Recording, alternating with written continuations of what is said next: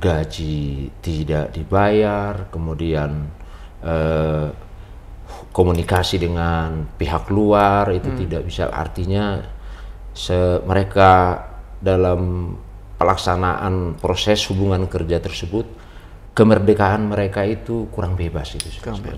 Kebebasan mereka dalam hal untuk akses hak asasinya itu ada hal-hal yang tidak terpenuhi.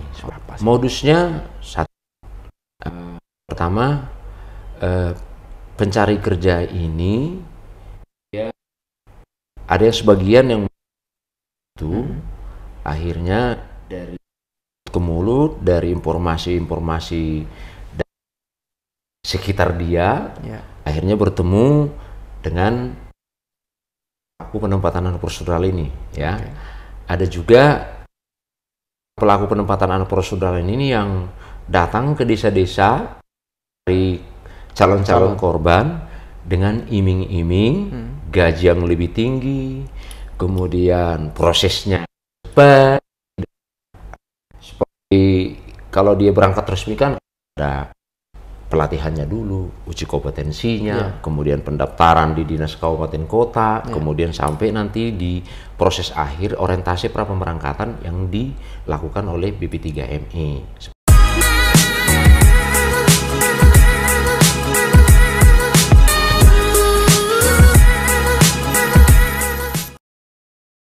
Oke, Assalamualaikum warahmatullahi wabarakatuh. Kembali lagi bersama saya Diki Wahyudi dalam wawancara eksklusif ya. Siang hari ini saya berada di kantor BP3MI NTB, tepatnya di Jalan Adi Sucipto. Di hadapan kita telah hadir Kepala BP3MI NTB, Bapak Naga. Saya ngomongnya Bapak Naga aja ya. Apa kabar Pak siang hari ini? Kabar baik, sehat. Oke. Bapak tentu ini masih rame ya soal kasus-kasus pekerja migran kita ya, khususnya di NTB Pak. Tentu masyarakat luas ingin tahu secara eksklusif dengan pengakuan penyampaian Anda langsung pada masyarakat luas soal itu Pak. Baru-baru ini kita sudah tahu dan dengar bersama ada 2 pekerja migran Indonesia asal Lombok Timur itu Pak, yang awalnya sempat viral di media sosial karena ada dugaan kasus penyiksaan oleh majikan. Mungkin itu sebagai awal pembuka kita pada podcast yang hari ini Pak. Bisa dijelaskan kasusnya seperti apa kepada kita Pak?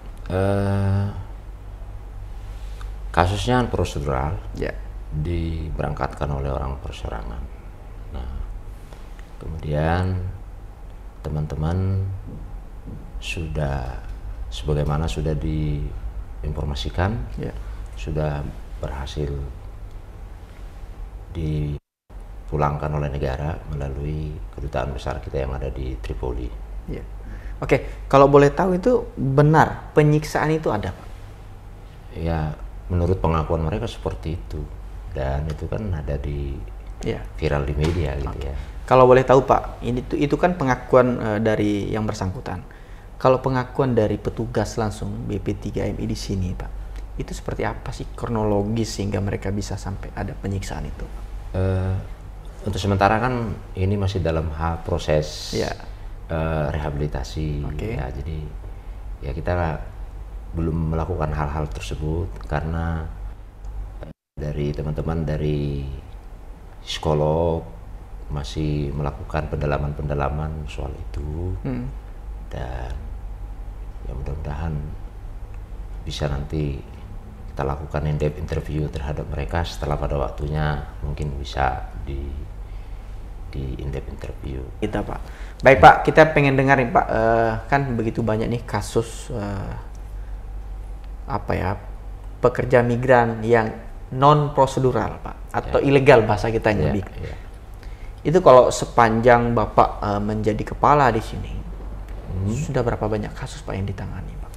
Yang tahun 2022 kasus-kasus yang sudah masuk di kita di kisaran angka 1.800 dari mulai kasus administrasi, kasus ringan, kasus sedang, dan kasus berat.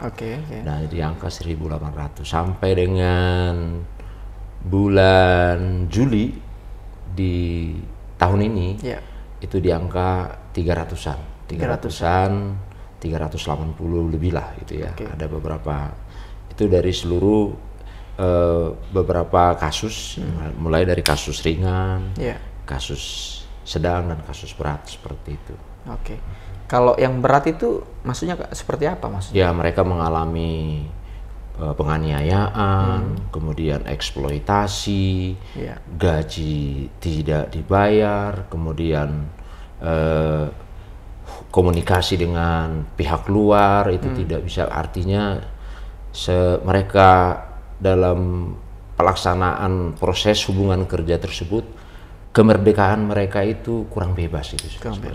Kebebasan mereka dalam hal untuk akses hak asasinya itu ada hal-hal yang tidak terpenuhi seperti itu. Itu yang berat. Ya. Kalau yang ringan, Pak?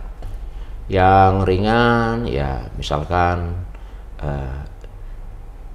lewat dia berangkat, biasanya dia berangkat resmi, kemudian ada keterlambatan pembayaran gaji, atau kemungkinan ada juga hal-hal yang dijanjikan di awal tidak sesuai dengan kenyataan.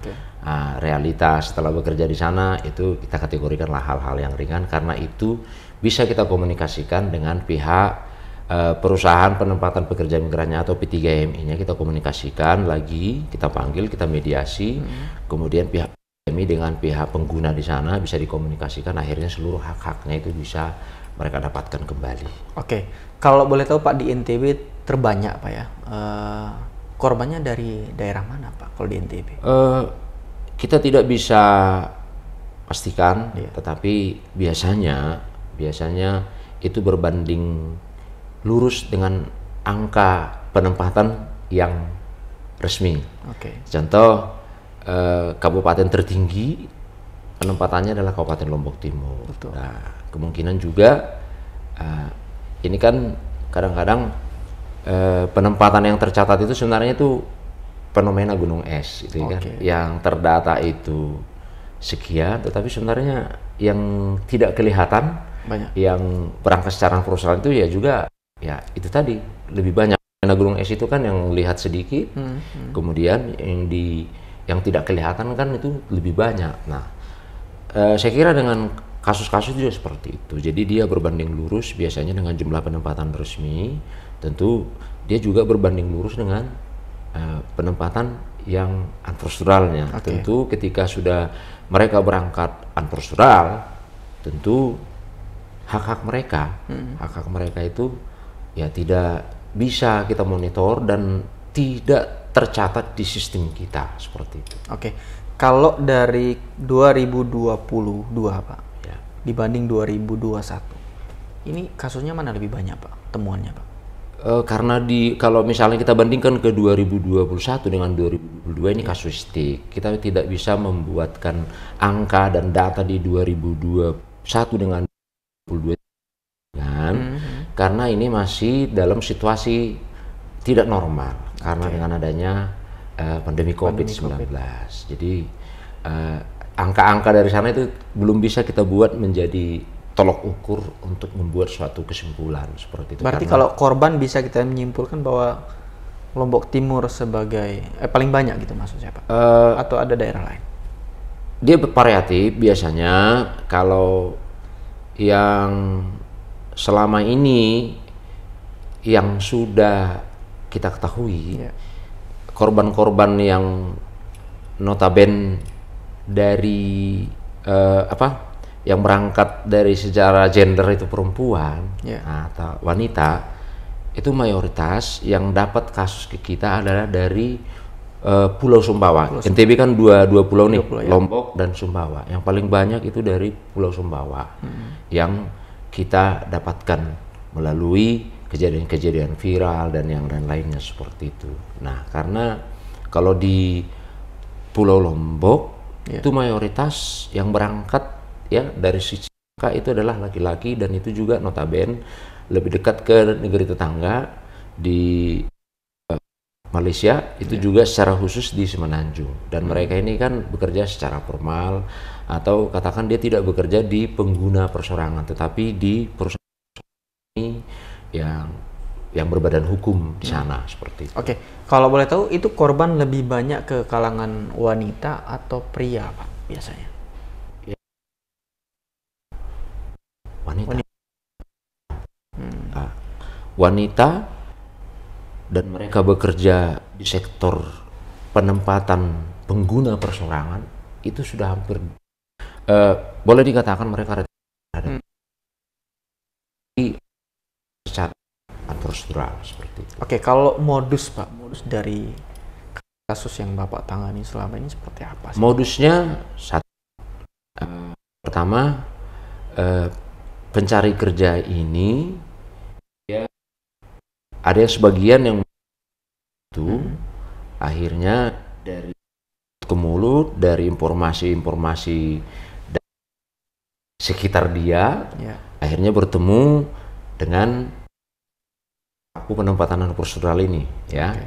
Ada juga pelaku penempatan anak prosedural ini yang datang ke desa-desa dari calon-calon korban dengan iming-iming gaji yang lebih tinggi, kemudian prosesnya cepat. Seperti kalau dia berangkat resmi kan ada pelatihannya dulu, uji kompetensinya, kemudian pendaftaran di dinas kabupaten kota, kemudian sampai nanti di proses akhir orientasi pra-pemberangkatan yang dilakukan oleh BP3ME seperti itu. Jadi proses-proses yang cepat, gaji yang lebih besar, hari ini mendaftar mungkin besok bisa langsung berangkat, ya seperti itu. Kemudian dokumen-dokumennya dibuatkan di wilayah lain, gitu ya. Kemudian mereka diiming-iming dan yang pasti mereka akan selalu diberikan janji-janji manis, ya. Kemudian kadang-kadang pihak keluarga itu sudah dikasih uang dulu, gitu loh. Uang tujuannya apa tuh? Dikasih untuk ya bagaimana apa istilahnya apa ya rajuannya. Mereka dikasih, kamu tidak perlu mengeluarkan biaya, malah ini kami kasih ini rata-rata ya antara 5 juta sampai 10 juta itu biasanya mereka akan kasih ke keluarga, misalnya kalau perempuan yang berangkat ke suaminya atau ke orang tuanya itu dikasih seperti itu untuk yang mereka yang akan diberangkatkan. Nah seperti itu. Baik, khusus di kasus itu kita fokus di situ dulu Pak. Ya. Biasanya pemberian ini, uang ini sumbernya berarti dari perusahaan Pak ya? Atau dari sponsor? Dari sponsor, ya apa, dari pelakuan proseduralnya, ya. Kita tidak menyebut sponsor atau apa, atau tekong apa gitu ya. Dari para pelaku-pelaku penempatan prosedural ini, ya dikasih uang dulu. Ya. Nah, dikasih dulu, ya. Itu mereka proses itu tekong-tekong yang lebih besar atau yang pengepul ibaratnya di tempat-tempat transit, misalnya ada di Surabaya, ada di yang kasus selama ini kita tangani yang dari informasi-informasi yang kita dapat ini kan ada di Surabaya, ada di Jakarta, ada di wilayah Jawa Barat, di Banten, kemudian ada yang di wilayah Entikong, wilayah Kalimantan Barat, kemudian Kepulauan Riau, dan Sumatera Utara. Itu kan pintu-pintu masuk. Ya, disitulah mereka ditampung. Kemudian nanti khusus yang bisa diberangkatkan melalui jalur-jalur perairan, yang pelabuhan tidak resmi, ya kita tidak menyebut jalur tikus ya. Pelabuhan-pelabuhan tidak resmi yang mereka diberangkatkan subuh, mungkin tengah malam gitu ya, diberangkatkan. Dan ketika mereka mau berangkat juga kapalnya ada sekitar di tengah laut gitu ya.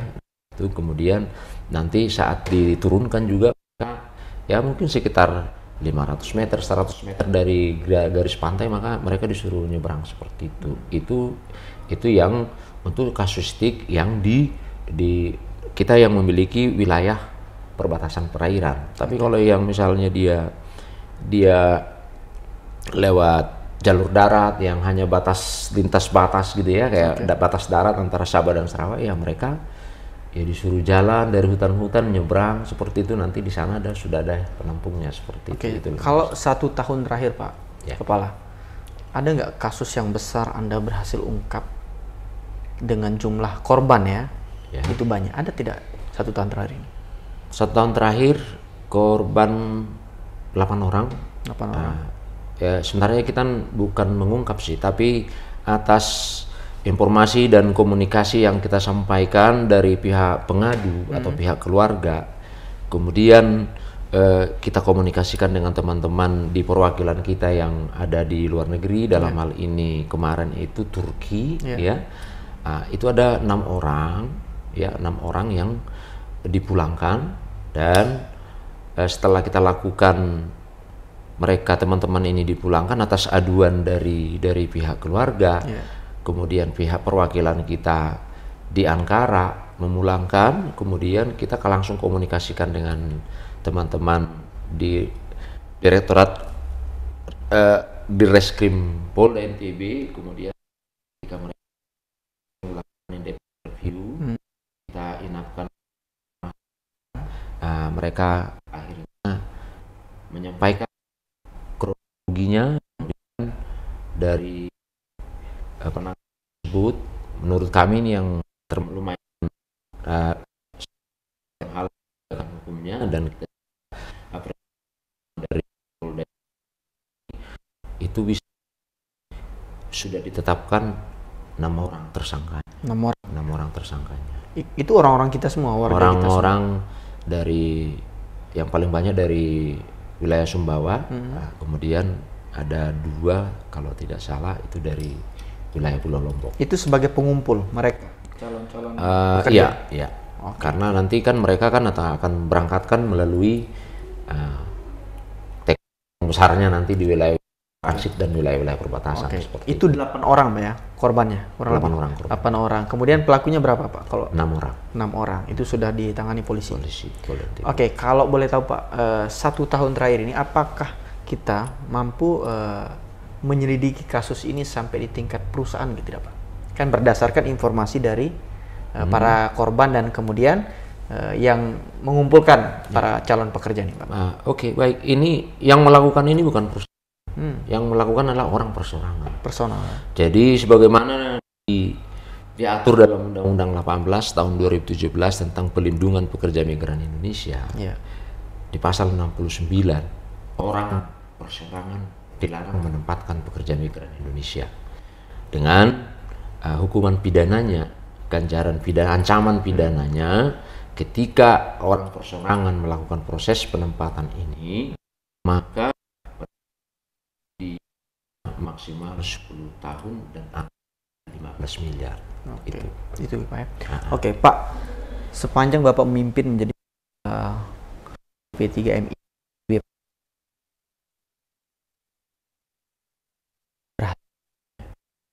selamatkan lah kurang lebih begitu. Itu pengakuan para korban yang sempat dan dengar langsung. Kemudian hari ini Bapak sulit melupakan itu Pak. Cerita-cerita dari para korban Pak. Cerita mereka yang paling menyedihkan menurut saya, ya kalau sebelum di NTB kan saya pernah di Kepri. Kepri ya. Korban kapal tenggelam itu ya saya sendiri yang gitu Pak. Terlibat ya, salah satu yang terlibat melalui BP3MI Kepulauan Riau dan BP2MI dengan teman-teman dari Polri ya, terlibat langsung dalam hal evakuasi ya, dan itu yang paling bagi saya yang sulit saya lupakan gitu, seperti itu. Nah kemudian dari korban yang setelah saya bertugas di NTB, teman-teman di sini ketika saya yang paling yang bisa menyentuh hati dan tidak bisa, yang paling membuat kita jadi pilu gitu ya. Ketika dari mereka menerima umpatan-umpatan verbal, makian, kemudian penganiayaan, kemudian mereka harus mereka tidak mendapatkan haknya, kemudian ketika mereka harus melarikan diri, ada yang melompat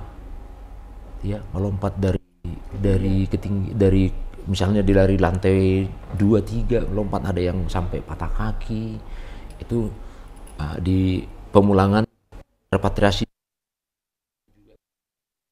dari Sumbawa. Nah, mereka juga sekarang dalam proses penyelidikan dan penyidikan. Oke. Soal kecelakaan ya mungkin di perairan, itu kan banyak kita juga, itu banyak korban dari kita juga warga NTB. Itu waktu itu masih di terlibat sebagai evakuasi.